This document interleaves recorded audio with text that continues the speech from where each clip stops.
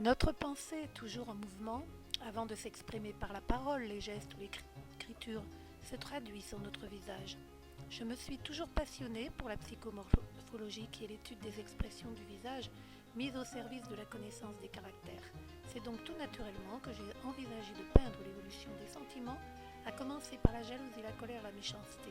Il m'a finalement semblé que le passage de la joie à la tristesse, autrement dit du rire aux larmes, était un thème intéressant.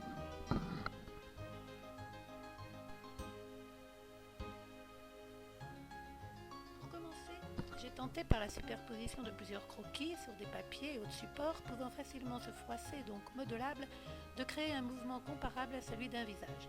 C'est à partir de ces modèles que j'ai peint les tableaux présentés ici, qui montrent 5 expressions du rire franc à la tristesse et aux larmes.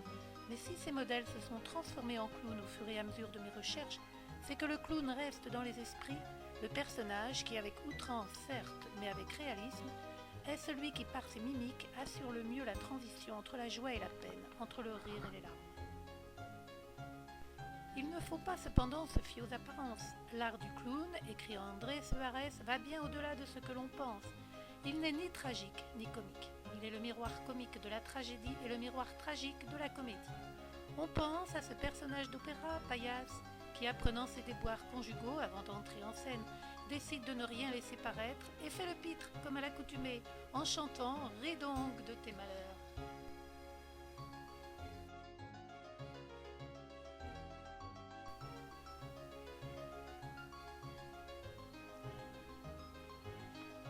On pense à tel acteur qui met un point d'honneur sur scène à ne pas laisser transparaître son immense chagrin.